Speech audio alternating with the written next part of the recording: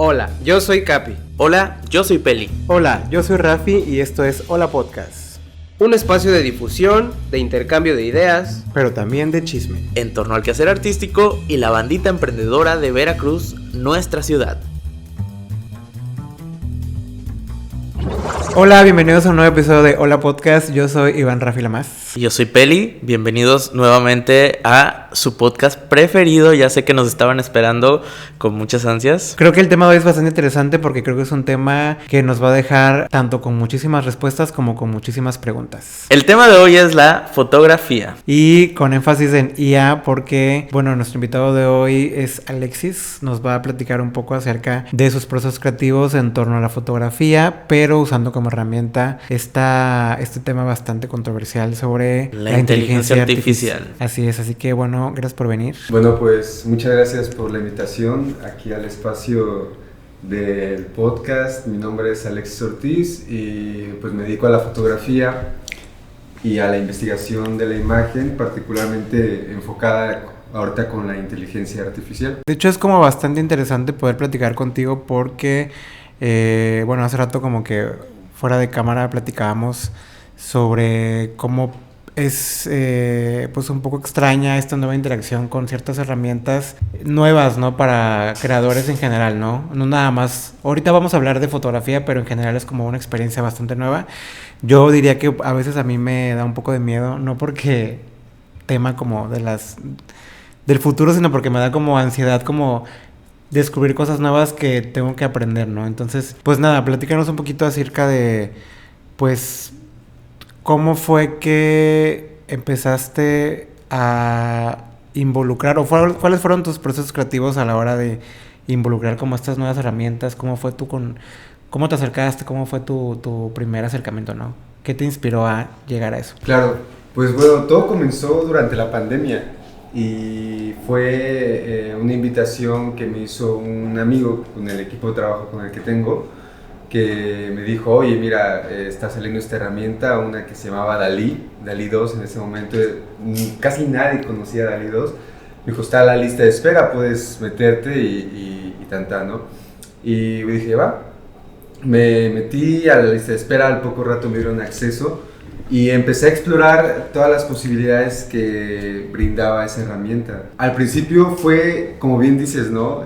Un poco extraño porque si bien la inteligencia artificial no es algo así nuevo, reciente, ya tiene bastantes décadas que está siendo desarrollada, pues apenitas ahorita en el 2021 se da un acceso general y ya podemos usarla de manera libre. Y bueno, una de las inquietudes que al inicio tuve es, ¿para qué lo voy a usar? Es decir, ok, sí está la inteligencia artificial, sí me da imágenes que yo le escribo, que yo le redacto, pero finalmente, ¿para qué la quiero, no? Entonces ahí empezó más que nada una inquietud mía de introducir la herramienta ahora a los procesos creativos que ya traía desde antes, porque de lo contrario nada más me iba a quedar con una tecnología que me daba imágenes y tanta, ¿no? Entonces, pues prácticamente comenzó una investigación tanto teórica como práctica que me llevó a tener que diseñar un método de creación sistemático que pues ya eventualmente, no sé si recuerdas lo de la pieza de la Bienal. O sea, yo lo recuerdo, pero pues estaría chido que nos compartieras como sobre eso, pues, para que todos tengamos contexto. Bueno, pues mira, durante la investigación, pues yo había creado una pieza que se llamaba Esculpir las Memorias, que justamente partió de las reflexiones de cómo nuestras memorias siempre van cambiando y siempre van transformándose conforme van pasando los años. Por ejemplo, en este momento en el que estamos los tres, a lo mejor en 10 años lo recordamos cada quien de manera distinta, ¿no?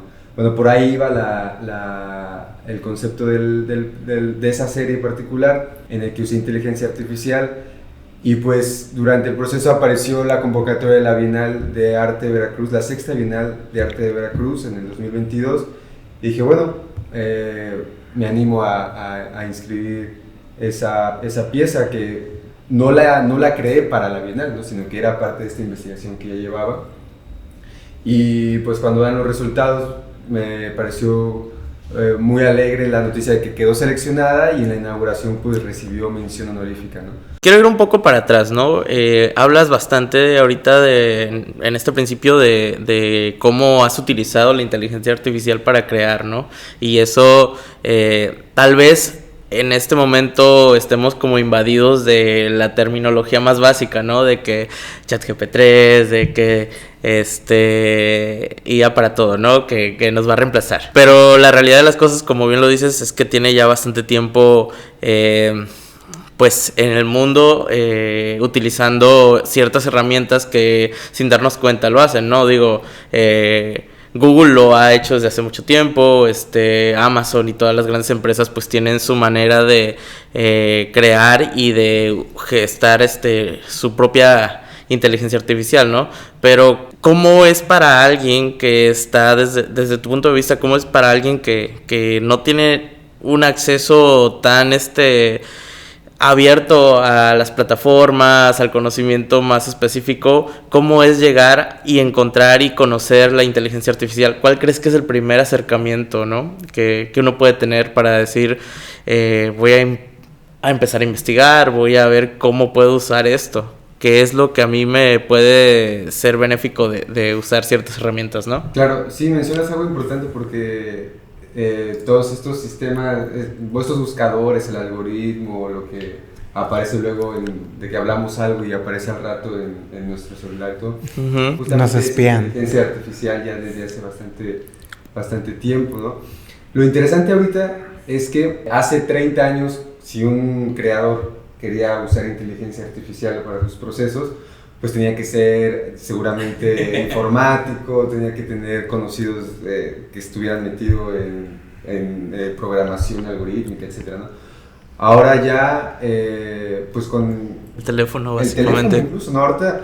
Ahorita es impresionante porque todo está avanzando de manera exponencial, es decir, en el 2021 hablan todos de Dalí, ¿no? Pero ahorita te metes al Play Store o a cualquier tienda de tu celular y hay aplicaciones ya que tienen incluida la inteligencia artificial. Que para quien aún no lo sepa, Dalí es una tipo de inteligencia artificial que se utiliza precisamente para crear obras de arte, que inclusive hay personas que ya venden esas obras de arte, ¿no? Tengo entendido que las venden, aunque no sea tangibles, aunque no las tengan en físico, las venden de otra manera, ¿no? O sea, y también generan un ingreso y también es una posibilidad de generar recursos, de generar dinero, pero ya estamos implicando temas bastante profundos, ¿no? En el que necesitamos entender si realmente eso ya se pueda contemplar como arte o no, ya que no lo está haciendo tal vez el ser humano, ¿no? Es interesante porque, fíjate, cuando me dieron acceso para utilizar Dalí en la etapa de beta, haz de cuenta que antes de que nos dejaran utilizarlo, tuvimos una junta así general por internet, ¿no? Así con el corporativo de OpenAI y todo, ¿no? Y prácticamente en ese momento nos dijeron qué podíamos hacer y qué no podíamos hacer. Y una de las principales condiciones que nos habían dicho es que en ese momento no se podían vender las piezas, ¿no? O sea, era más como, les vamos a dar acceso para que prueben, para que experimenten, para que jueguen, pero no pueden venderlas, ¿no? Y no sé si han visto que con OpenAI, con Dalí, abajo hay como una marca de agua, una marca de agua, ¿no? sí. Igual así nos dijeron que no podíamos quitársela, etcétera, etcétera, ¿no? Bueno, eso fue al principio, ya ahorita pues ya salieron más políticas de la empresa, ya se pueden vender, pero ahora la situación, por ejemplo, hay gente que vende estas piezas como NFTs, ¿no? Uh-huh. Pero ahora el mismo mercado de los NFTs también se puso un poco exigente de que si tú quieres vender una pieza que hiciste con inteligencia artificial, tiene que tener cierto porcentaje de intervención tuya para que puedas tú decir que pues es tuya y que tú eres el autor de esa pieza, ¿no? Por lo mismo que dijiste hace rato, ¿no? Imagínate a alguien que déjate tú Dalí o que ocupe Midjourney o Stable Diffusion o lo que sea. Simplemente le pones, quiero algo Asterit. Ajá, y lo vendes y ya, entonces sí ya empieza a haber más filtros de en qué momento podemos venderlo, ¿no? Y mira, el tema de si es arte o no es arte, la imagen que se hace con inteligencia artificial, pienso que, pues, por ahí no va la cosa. Es decir, pienso que eso es más como, si yo escribo, por así decirlo, si yo escribo un libro o escribo en una hoja, no necesariamente escribir una obra de arte, no nada más escribir un libro y tan. Yo más bien considero que es una herramienta que acelera los procesos creativos, que permite construir imágenes que tal vez nos iba a tomar 2 meses hacerlas, las podemos hacer ya ahora en 1 mes, en 2 semanas, en 3 semanas. Y por ejemplo, aquí me gustaría meter un ejemplo que tuve hace poco con mi equipo de trabajo. Hay una empresa allá en México que quería hacer 100 ilustraciones por el 8M, ¿no? 100 ilustraciones de las 100 mujeres más importantes de toda la historia. Entonces, su diseñadora les había dicho, ok, sí puedo hacerlo, pero pues si quieres 100 ilustraciones me va a llevar 2 años hacerlas cada una, y pues me necesito concentrar toda mi fuerza y mi energía en hacer las 100 ilustraciones, ¿no? Y mi presupuesto, mi costo es este, ¿no? Obviamente, pues sus jefes dijeron, no, es imposible, necesitamos las ilustraciones ya, ¿no? Y no tenemos ese presupuesto, ¿no? Entonces ahí nos contactaron, nosotros les damos un presupuesto e hicimos 100 ilustraciones en 3 semanas, en 2 semanas, ¿no? Ese es un ejemplo de cómo se está empezando a ocupar, al menos la inteligencia artificial desde donde lo veo, ¿no? Me parece interesante cómo explicas como esta situación sobre el entorno de las ilustraciones, porque es muy controversial, ¿no? Es como, si estamos haciendo en menor tiempo las 100 ilustraciones en torno a esta situación, pero voy a poner como suposiciones en el aire, ¿no? O sea, ¿qué tanto estamos quitándole, por ejemplo, ¿no? Como a esta pureza del arte, ¿no? O qué tanto estamos sirviendo como al capital en torno a quitarle el dinero a esta chica, claro, artista, ¿no? Y lo pongo, o sea, yo solamente lanzo las preguntas al aire, realmente no es que yo esté en pro o en contra, solamente es como para analizarlo. Pero pienso, por ejemplo, hace poco igual lo platicaba con, no me acuerdo con quién, lo pongo un poco en perspectiva, lo que en su momento fue, por ejemplo, no sé, la fotografía, ¿no? La publicidad, por ejemplo, estaba muy en contacto con ilustradores, con creadores, con pintores, que literalmente pues pintaban e ilustraban como productos, ¿no? Y hacían los carteles y era todo hecho a mano y luego había cierta digitalización, por así decir, para hacerlo un poco en masa, ¿no?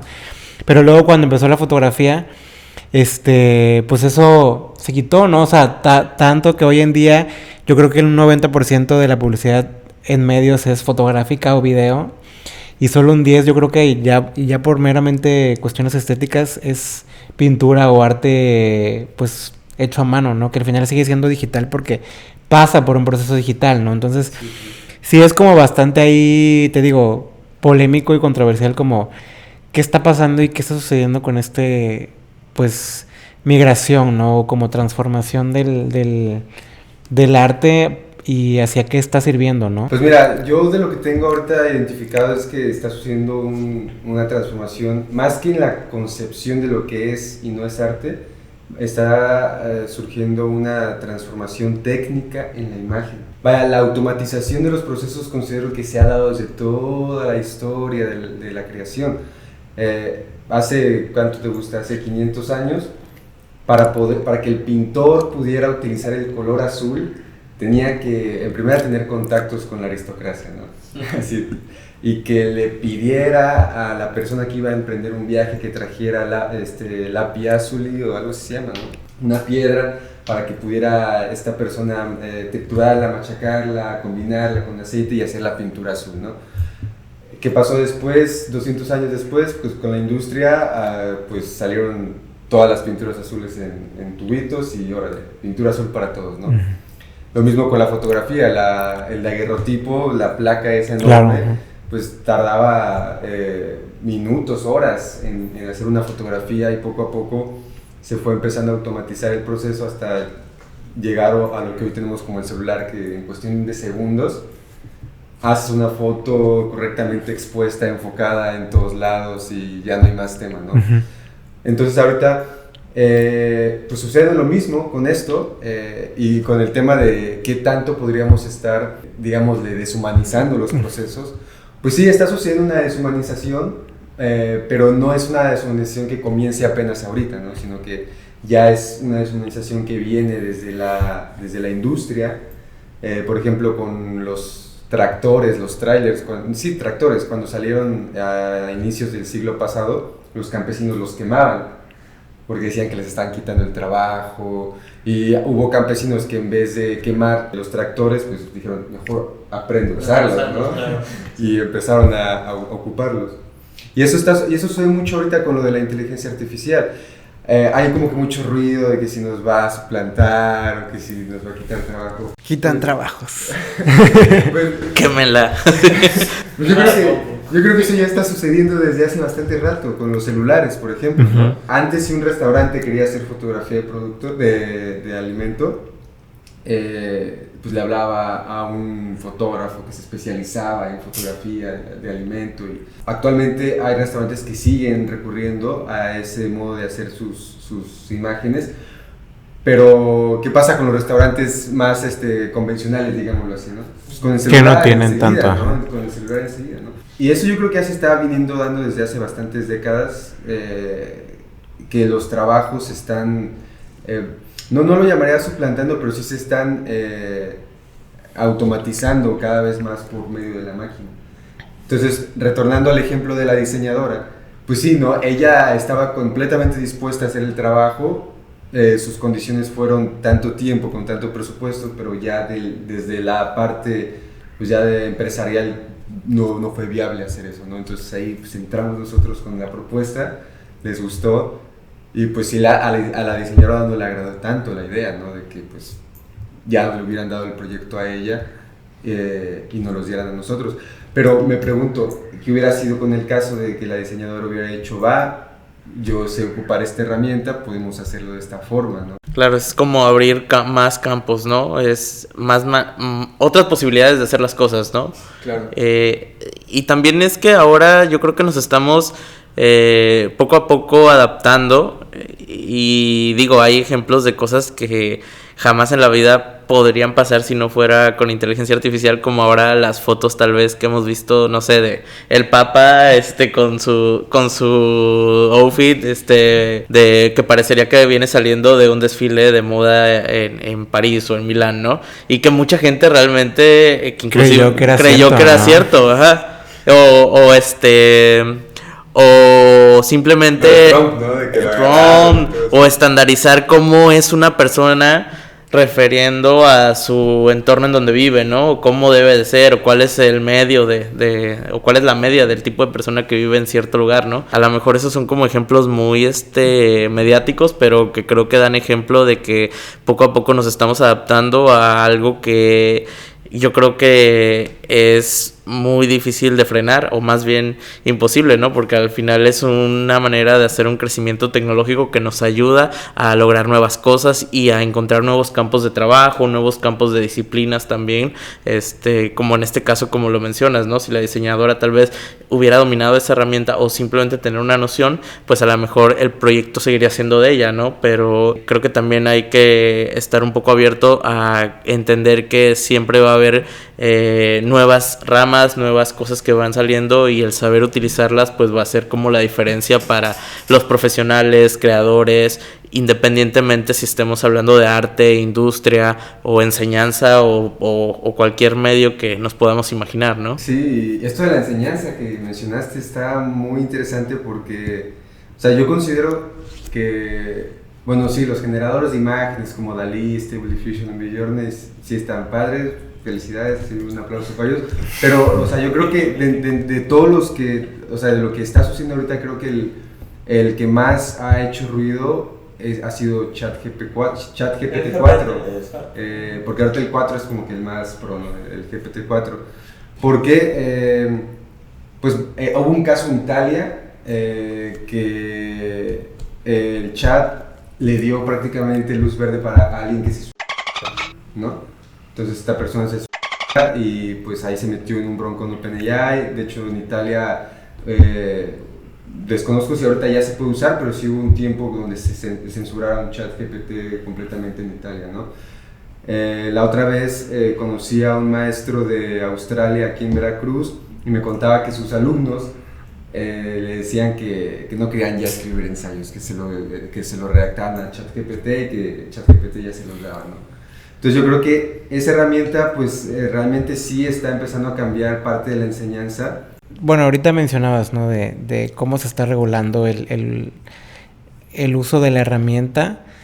Y como con todo, ¿no? O sea, hay un primer acercamiento, la gente lo conoce y luego, evidentemente, al tener cierto alcance, pues tiene que haber una regulación, ¿no? Como con muchas cosas hoy en la sociedad, ¿no? Está como adecuado, ¿no? Porque también es peligroso dejar al alcance de todos, porque no todos tenemos como intenciones saludables. De herramientas que puedan dañar o influenciar, como en este caso del ejemplo que das, a personas más susceptibles, ¿no? Sí. Entonces creo que sí es algo que sí se debe de trabajar bastante, al menos los creadores de ese tipo de herramientas, cómo poder entregar a la humanidad herramientas tan poderosas sin que estas mismas se vuelvan destructivas, ¿no? Que es una tarea bastante difícil. Bueno, pero cuéntanos cómo ha sido tu experiencia personal, ¿no? En torno a tu creación, pues, individual, ¿no? O sea, claro, ¿cómo has integrado estas herramientas? O sea, al final, como decía Peli, ¿no? Cada quien sabe el uso que le da. Entonces, ¿cómo ha sido tu experiencia al servicio de tu creación artística? Pues mira, yo las IAs que más utilizo es Stable Diffusion, DALL-E y Midjourney. Así, para mí la que ya perdió la carrera fue DALL-E, que es la más popular, ¿no? Porque de verdad es como Disney, o sea, le pones algo y si ya pensó que es ofensivo ya no lo puedes poner, etcétera, ¿no? Entonces, he aprendido a ocupar mucho Stable Diffusion. De hecho, yo instalé la inteligencia artificial en mi computadora, tuve que modificarla, comprar una tarjeta de video más poderosa, etc. Justamente para que no tuviera estos problemas de el contenido que tú quieres generar es inadecuado, ¿no? etc. Ya una vez teniendo la IA instalada en mi computadora, yo puedo generar cualquier contenido que quiera, o sea, sin importar la imagen, lo que me vaya a lanzar, ¿no? Por ejemplo, los generadores de imágenes, que serían estos, yo los ocupo mucho para bocetear ideas, bocetear conceptos. A mí me gusta mucho Stable Diffusion porque lo que yo luego hago es en hoja y lápiz, hago un boceto, le tomo una foto, esa foto la meto a Stable Diffusion, pongo los parámetros y me lanza una ilustración a partir de ese dibujo que yo hice, ya con colores, con texturas, con relieve y con todo, ¿no? Entonces, ya a partir de esa imagen que ya me lanzó a mí, le indico que me lance otras 3 o 4 variables y así me va lanzando y está fabuloso porque es como entrar en una cascada infinita de imágenes. Ese es el generador de imágenes, por ejemplo, ¿no? En la cuestión de investigación, porque me dedico a la investigación teórica también, ocupo ChatGPT como un asistente nada más. O sea, en vez de estar buscando luego en Google link por link, a ver en dónde va la información, al ChatGPT nada más le pongo, oye, mira, estoy iniciando esta investigación, mi enfoque es este, mi objetivo es este, pregunta de investigación es esta, necesito que me des qué autores, por así decirlo, de habla hispana han investigado esto en los últimos 3 años, ¿no? Y ya el chat me lanza así, esta persona investigó esto y y te doy este link y ya voy y lo checo, ¿no? Entonces eso me ha ahorrado muchísimo el estar de link por link o estar descargando PDF por PDF y que funciona o no funciona, ¿no? Entonces es más como un asistente, e incluso yo una vez tuve una situación con lo del SAT, del RFC, las facturas y todo, y y mi contador en ese momento no me contestaba y yo ya necesitaba darle solución a una situación. Entonces, ChatGPT, enseguida le puse, oye, mira, estoy en esta situación, y me dijo qué hacer y lo solucioné. Entonces fue maravilloso porque pues, ahí está mi contador en el chat. O sea, es un asesor que hace todo, ¿no? Tu contador ese día fue despedido. Y una carrera más que se come la inteligencia artificial. No es cierto. Pero te advierto, o sea, de ahí dice, te advierto que yo soy una máquina y no te... O sea, Sí, ya, sí, ya te anuncias. anuncia. Antes no te lo decía, pero ahorita sí ya, yo creo que después de todo el ruido que ha habido, sí te especifica que no está intentando suplantar y que me sugiere yo buscar un contador. Entonces, para los procesos creativos yo ahorita podría decirse que ocupo muy seguido, de a diario prácticamente. Tengo fácil como... las imágenes pesan muy poco, o sea, son poquito lo que pesan, no pesan ni 1,5 megas, o sea, casi, ¿no? Dependiendo de los parámetros que le pongas, pero tengo carpetas y carpetas llenas de imágenes que genero con inteligencia artificial, pero la mayoría de imágenes que yo genero con inteligencia artificial no es desde cero, sino que trabajo mucho con fotografías mías que yo hago. Por ejemplo, si yo quiero crear una ciudad nueva en mi imaginario, pues recurro a las fotografías de las ciudades que yo he fotografiado, las introduzco a las inteligencias artificiales que vaya a ocupar y adentro las proceso, les quito, les pongo, les agrego, les cambio si es una estructura neobarroca, me voy a otra más clásica o me voy a otra más futurista, pero trabajo a partir de las fotografías que yo estoy generando o bocetos que yo hago. Por ejemplo, hace poco igual me pidieron unos diseños y boceteo en dibujo, sin papel, y va para la IA. Y ahí ya saco. ¿Tú como tal dibujas o sea, me refiero a dibujas como tal si tienes como cierta técnica o... Pues yo recuerdo que desde chico dibujaba, yo no me considero así un profesional en el dibujo. He hecho una que otra pintura incluso. O sea, pero sí tienes como ciertas bases. Sí, muy, muy básicas, la verdad. Claro. Tampoco te digo que manejo aquí los perfiles y todo, pero sí tengo cierta noción del dibujo que me ha ayudado mucho a estos procesos. Sí, o sea, te pregunto más que nada por esto mismo, ¿no? Como, ¿qué tanto estás poniendo de ti, ¿no? Dentro y lo que decías al inicio, ¿no? Sí está padre como la ayuda de ciertas herramientas, pero al final de cuentas sigue habiendo una aportación creativa y de lo que tú estás poniendo en los programas, ¿no? Entonces está padre como poder también aclarar eso, ¿no? Como decir como de, ok, sí estamos creando, sí estamos ayudándonos de esto, pero también hay una aportación creativa. O sea, no es como que nada más le pongas ahí, quiero hacer así esto y ya salga una obra de arte, o sea, no. Al principio, pues, lógicamente uno va explorando de esa forma, ¿no? Con el prompt, con el famoso prompt. El prompt es la indicación textual que tú le das, ¿no?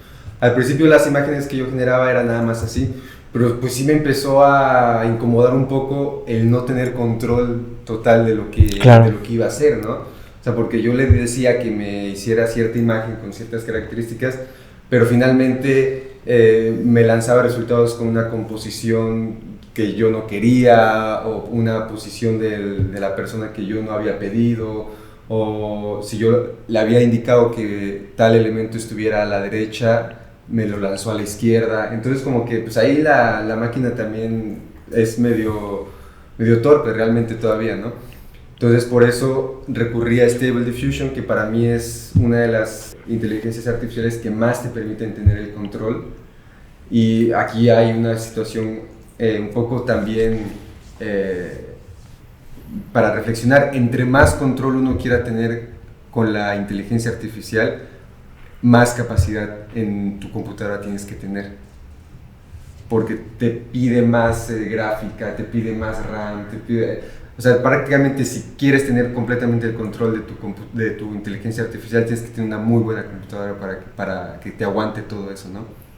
Y pues fue ahí porque, como dije, que no, yo quiero tener el control y recurrí a esto. De alguna manera estás diciendo pues que la inteligencia artificial también tiene un tope para las personas de a pie, por así decirlo, porque necesitas contar con cierta capacidad en tu computadora o poder comprar ciertas cosas y cosas así, y ahí es donde tal vez se empieza la disparidad, ¿no? Porque a lo mejor sí todo el mundo podemos ser creadores en la inteligencia artificial, pero resulta que no puedes estar a un nivel como una compañía o algo porque no tienes los medios que ellos tienen para comprar ciertos aparatos, cierto equipo, y entonces te das cuenta que realmente tal vez sí también existe un tope, por así decirlo, mientras tú no sigas aportando más a la computadora, ¿no? O no la estés equipando de una manera más fuerte, por así decir. Sí, fíjate que yo tengo mucho cuidado con eso porque de pronto me suena todo como a una estrategia de mercado, ¿no?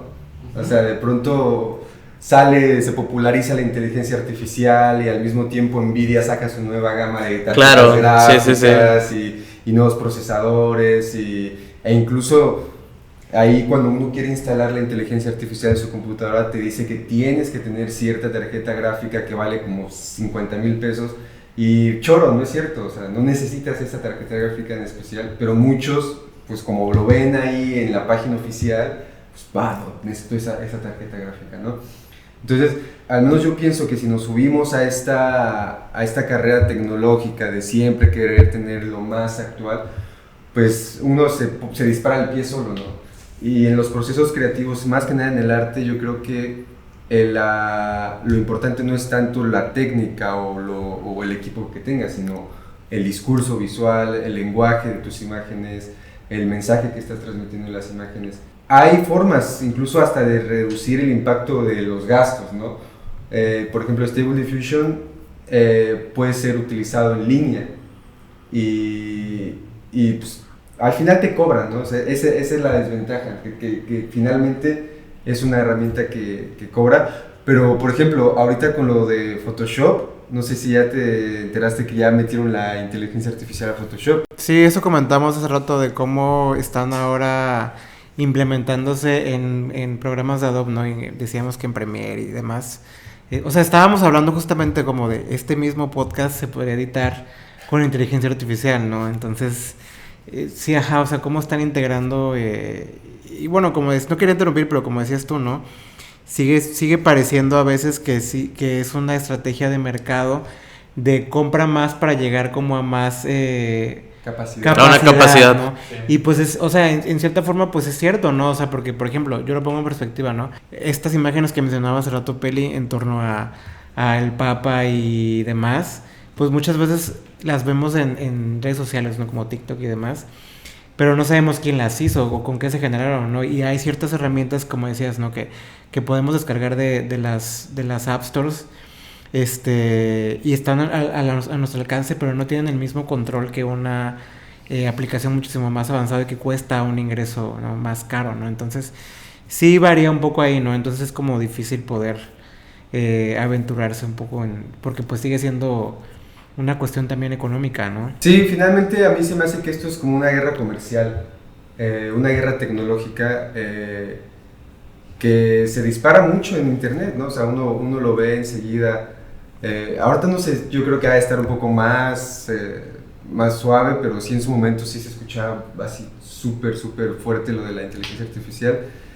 Y yo considero que también hay que verlo con una postura crítica, no tampoco enamorarse de la IA y qué fantástico, que sí está muy maravilloso y todo, pero finalmente ya después de estar un poco más de 2 años investigando todo esto, pues finalmente puedo decir ahorita que la inteligencia artificial únicamente es una herramienta que aparece para acelerar procesos en la industria y reducir costos. Ahora lo complejo también es saber cómo vamos aceptando esto tal vez más en la vida diaria a un nivel más de espacios. Por ejemplo, ahorita hablando de tu trabajo, ¿crees que al menos localmente o regionalmente tú puedes llegar, al igual que una persona más que hace, un artista que hace algo un poquito más, no sé, una escultura, una pintura, a exponerlo? ¿Crees que es igual de aceptado o apenas está como en pañales eso? O sea, tú puedes llegar y decir, pues yo hice mi obra a través de inteligencia artificial y quiero exponerla, ¿o sientes que todavía no hay como un mercado abierto de eso? Pues yo creo que sí lo hay, pero por ejemplo aquí en Veracruz con lo de la Bienal, Pues es que en cierta forma ya lo has hecho, ¿no? Ajá, pero por ejemplo con lo de la Bienal, yo sí noté que hubo cierta resistencia de algunas personas al ver una pieza que fue trabajada con inteligencia artificial, procesada con inteligencia artificial, porque no fue hecha en su totalidad con inteligencia artificial, ¿no? Pero al menos en este estado en el que estamos, sí pienso que aún se le da más valor, por ejemplo, a una escultura, como bien lo dices, a una pintura, que a un trabajo con inteligencia artificial, porque yo creo que también los mitos que se han expandido por internet han planteado una mala imagen de esta herramienta, porque de pronto se cree que nada más con un clic pues ya haces todo, ya la IA hace todo el trabajo, ¿no? Cuando por ejemplo con la pieza de esculpir las memorias, pues fueron cerca de 400 fotografías, editar una por una, seleccionar, hacer la curaduría, después una por una procesarla con inteligencia artificial y después editar el video. Entonces sí es una chamba que me llevó varias semanas, ¿no? Y sí, hay mercado, pero aún considero que hay cierta resistencia. Más que nada por pues estos círculos oligárquicos tradicionales del arte, la galería, el cuadro blanco, pues, por ejemplo, en Estados Unidos ya he visto que ha habido, en el MoMA, ha habido ya exposiciones únicamente de inteligencia artificial, ¿no? O sea, con piezas que se trabajaron o que se hicieron en su totalidad con inteligencia artificial. E incluso ya en Latinoamérica, Colombia es uno de los países que también está investigando ya más a fondo este tema en cuestión de arte. Entonces yo pienso que se están abriendo ciertos mercados, ciertas áreas de posibilidades y oportunidades, pero también hay resistencia todavía. Digo, para un simple espectador suena inclusive hasta difícil de comprender en primera instancia, ¿no? De hasta qué punto está involucrado el creador entonces en lo que estoy viendo, ¿no? Entonces me imagino que los espacios también tienen como ese temor, ¿no? De ir aperturándose tal vez. Como lo dijimos al principio, creo que eventualmente pues es como negar lo innegable, ¿no? O sea, va a estar y está ganando espacios y está ganando terreno, y creo que no es algo como que cuestionable si va a tener espacio o cabida. Simplemente es tal vez esperar un poquito más, pero va a llegar, ¿no? A mí me gusta mucho algo que a lo que yo le llamo la experiencia estética generadora con estos sistemas, ¿no? Y es que no me voy a meter a mucho chorro técnico y todo, ¿no? Pero, por ejemplo, cuando uno hacía fotografía con cámara análoga, ¿alguno ha llegado a hacer fotografía? Uh-huh. Sí, ya has revelado. Si ves que pues, el proceso, claro. Los químicos, sí. Y no sabes cómo es la imagen hasta el final, ¿no? Con el celular y con la cámara digital no pasa eso. En cuanto das clic ya ves la imagen en la pantalla. Con la inteligencia artificial como que vamos un poquito para atrás otra vez. Al menos con Stable Diffusion y Midjourney, cuando uno está generando la imagen, uno va empezando a ver cómo se forma la imagen. O sea, no sabes el resultado de la imagen hasta que termina. Hay una carga que va a 10%, 30%, 45% hasta llegar a 100%. Y hay veces en donde va en 25% y aparecen elementos y una composición de la imagen que cambia en 45%. Y que cambie en 70% y que al final en un 100% pues es una cosa completamente distinta a la que uno iba visualizando, ¿no? Entonces yo eso lo estoy definiendo como la experiencia estética generadora, porque es una lluvia de píxeles literal la que está sucediendo en tiempo real, in situ en ese momento. Y algo que también hay que precisar es que la máquina no está recurriendo a internet para buscar las imágenes y construirlas, sino que con todo su entrenamiento que ha tenido, las logra hacer. Y esto lo comprobé porque con la inteligencia artificial que tengo instalada en mi computadora, la desconecté de internet y seguía generando imágenes. Entonces, si yo entreno a la inteligencia artificial con mi propia estética, con mi propia composición, con mi propia técnica, prácticamente las imágenes que va a empezar a generar es como si yo las hiciera, ¿me explico? Porque ya es como... con mayor facilidad porque ya te conocen, ¿no? Ajá, ya la entrené, ya sabe. Y eso del entrenamiento pues también es otro rollo, porque esa parte que es complejo, es un poco tardado y pues volvemos a lo mismo, ¿no? Entre más equipo tengas, es muchísimo mejor. Bueno, vamos a una sección que se llama Pescando Ideas. En esta sección hay unas preguntas en la pecera y tienes que responderlas. Todas las preguntas, cabe destacar, estuvieron hechas a base de inteligencia artificial. Me ganaste el chiste, güey. Yo lo quería hacer. No es cierto, pero es un gran chiste. No es cierto, pero haz de cuenta que sí. Está como ahí sí, claro. de los cientos de papeles. Sí, disculpa que son tantos, no te vayas a abrumar, pero pues... ChatGPT 4 no patrocina este episodio de Hola Podcast. Hola Podcast. Álvaro, ¿qué cosas deberían cambiar o mejorar en los espacios de difusión artística en el puerto? Qué buena pregunta. ¿Qué cosas deberían de cambiar? Pues yo creo que... pues todo. Todo. Contundente, bien. No, todo. Realmente yo estoy muy convencido con la idea de que se tiene que reestructurar mucho el concepto de museo, el concepto de galería, porque hasta qué punto si esos espacios son para difundir el arte y la cultura, pero también hasta qué punto son una limitante para que ese arte y esa cultura llegue a todas las personas. Es decir, estoy seguro que nosotros vamos a un museo o una galería porque tenemos cierta cultura, cierta educación, etcétera, que nos lleva o nos acerca a esos lugares, pero alguien que nunca ha tenido ese acercamiento, ¿cómo lo hace, no? Entonces, primero, yo lo que definitivamente pienso que le está haciendo mucho daño al arte y la cultura son los procesos burocráticos, es decir, que se tenga que hacer un listado de papeleos que pase por 100 personas para que al final digan si sí o si no. Eso personalmente a mí me está orillando a repensar el espacio e incluso salir de los museos y de las galerías. Pero no nada más es salir por salir, sino realmente cómo voy a intervenir el espacio, ¿no? Y bueno, por ejemplo, aquí particularmente en el puerto de Veracruz, a mí me genera un poco de ruido que la cultura a grandes rasgos se resuma en jarochitos. ¿Me explico? Sí. O sea, el son jarocho, que está padre, me gusta, está bonito, etcétera, pero de pronto se piensa en el puerto de Veracruz y es jarana, es postal turística, ¿no? Postal turística, pañuelo rojo y zapateado, ¿no?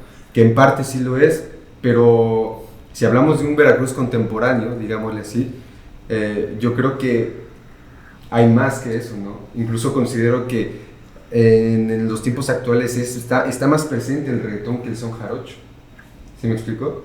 O sea, está más presente el ritual del perreo, del bellaqueo que el son jarocho, por así decirlo, ¿no? Entonces, precisando en la pregunta de qué cosas deberían cambiar o mejorar en los espacios de difusión artística en el puerto, pues uno, que no se vuelva un proceso excesivamente burocrático, y dos, que se pueda hacer no solamente un espacio de difusión, sino también un espacio de creación e interacción.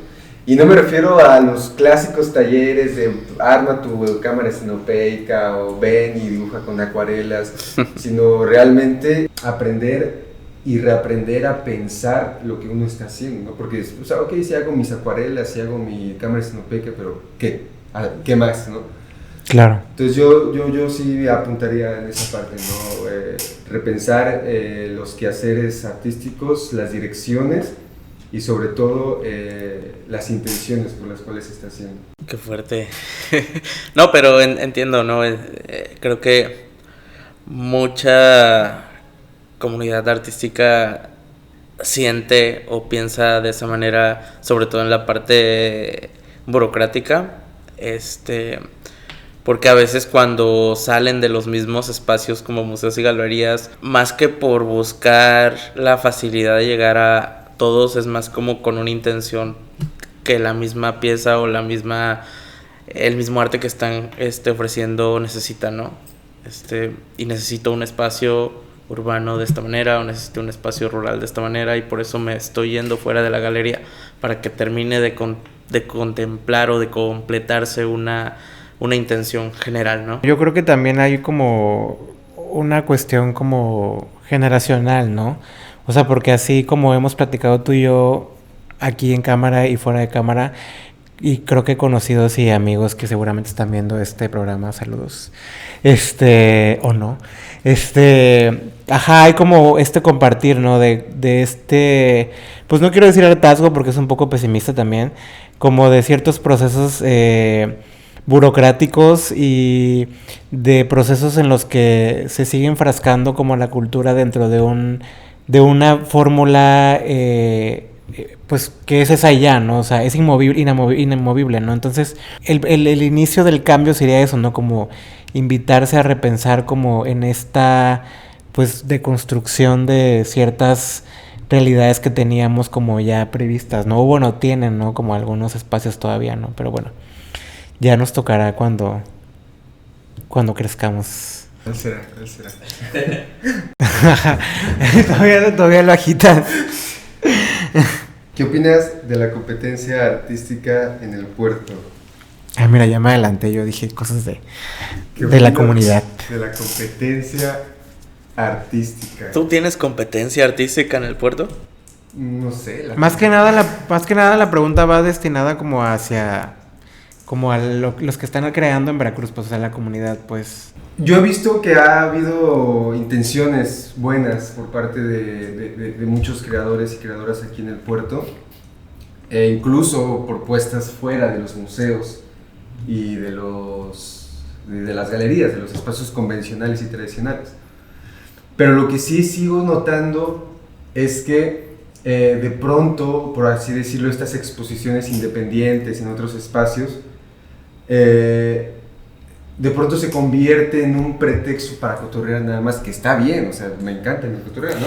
Pero yo he visto, o sea, he ido a las exposiciones independientes y luego veo que ni siquiera se le pone atención a las piezas, ¿no? Es nada más como que llego y a ver, ¿no? También considero, bueno, no sé, de la competencia, pues no sé, ¿no? ¿Qué opino de la competencia? Más bien, no me gustaría abordarlo como la competencia, sino como una comunidad de creadores. Sí considero que los discursos visuales tienen que ser un poco más críticos a lo que está sucediendo, no nada más en el contexto inmediato de Veracruz, sino México, Latinoamérica y el mundo, ¿no? Y de pronto también no creérsela que uno es artista nada más por ser artista y tan, ¿no? O sea, no soy escritor nada más porque escribo en una libreta, sino lo que hablaba con un amigo hace no mucho es que rescatar el resignificado de las palabras, es decir, si yo quiero ser fotógrafo, ¿qué significa ser fotógrafo, no? Si yo quiero ser pintor, realmente, ¿qué significa ser pintor, no? O sea, no creo que fotógrafo no nada más sea comprarse mi cámara y hacer fotos, sino esta parte de pensar la imagen, de construir una filosofía de vida que se vea reflejada en las obras, ¿no? Entonces yo pienso que eso le falta mucho a la comunidad creativa de aquí de Veracruz. Incluso podría decir que ya se está empezando a hacer movimientos, se está empezando a dar propuestas, y como primeras propuestas a mí me parece muy bien, pero sigo viendo esta especie como de, digámoslo así, se sigue viendo mucho trabajo amateur, ¿me explico? Claro. Entonces es fuerte lo que estoy diciendo, porque muchos de los trabajos que yo veo son de gente que yo aprecio mucho, que quiero mucho, y afortunadamente tengo la confianza de decirles, oye, ¿sabes qué? Me parece que tu trabajo puede mejorar más, que no has dado todavía lo mejor de ti, ¿no? Entonces, también pienso que eso, que se está viendo mucho trabajo amateur y bueno, yo creo que todos nos dirigimos a la profesionalización de lo que estamos haciendo, ¿no? Y eso también se logra construyendo una filosofía de vida propia. También un poco esto de que tener autenticidad en la manera de que uno piensa, ¿no? Sino no repetir nada más por repetir lo que se está haciendo, porque los de al lado ya lo hicieron, nosotros lo hacemos también, sino tener un motivo auténtico por el cual uno está haciendo lo que está haciendo. Y yo creo que todas las piezas que uno haga, sea pintura, libro, música, son reflejo del desarrollo interno de cada persona, ¿no? Entonces, no como competencia, sino como comunidad de creadores, pienso que hay que afinar esas partes. Sí, fíjate que me parece muy fuerte, pero también como muy importante lo que mencionas, porque pues es cierto, ¿no? Creo que también, digo, no está mal tener como cierto trabajo amateur, ¿no? Pero al final es como parte de un proceso, digo, también responde, pienso yo, como a que no hay tan fácil acceso como a ciertos espacios, ¿no? Como galerías o talleres de profesionalización y demás, ¿no? Entonces también siento que puede ir por ahí. Pero definitivamente debemos de, como comunidad artística en Veracruz, poner más atención como a ciertos factores, ¿no? Pues la verdad es que no sé cuánto nos daría para hablar este programa o este episodio de tantas cosas referentes tanto a tu trabajo como a lo que está haciendo la inteligencia artificial, pues en el arte, en, como dijiste, la educación o cualquier industria que hoy día conocemos, ¿no? Pero pues tendríamos que abarcar 2 o 3 capítulos. Sí, y bueno, de hecho como siempre decimos, ¿no? La excusa de este programa, de este show, es generar chismes, no es cierto. Hacer controversia. Es poder hacer controversia. No, es acercarnos pues a la comunidad artística que está haciendo, a la comunidad artística y a emprendedores en Veracruz que están haciendo cosas, y pues es padre poder hablar y comentar acerca de estos temas, ¿no? La verdad es que muchas gracias por haber venido, por platicarnos pues toda tu experiencia que tienes hasta el día de hoy. Nos quedamos con muchas cosas, con cosas que creo... Con preguntas que hacer. Con preguntas que hacer, con cosas por googlear y eso es lo padre, ¿no? Que te quedes a veces con cosas para analizar. Entonces, pues te agradecemos mucho eso. ¿Cómo te podemos encontrar? Tu trabajo, ¿en dónde lo podemos ver? Parte de mi trabajo lo publico en Instagram, muy poco realmente. Prefiero incluso darle otro tipo de salidas. Mi Instagram pues es Aorgon, y bueno, ¿qué es Aorgon? No, pero ahí se va a poner en un cintillo. Nada más así, ¿no? O sea, es que mucha gente me pregunta así luego, oye, ¿qué es eso? No? Es un acrónimo de mi nombre. O sea, mi RFC y ya. Y pues muchas gracias por habernos escuchado. Esto fue Hola Podcast y nos vemos hasta la próxima. Bye.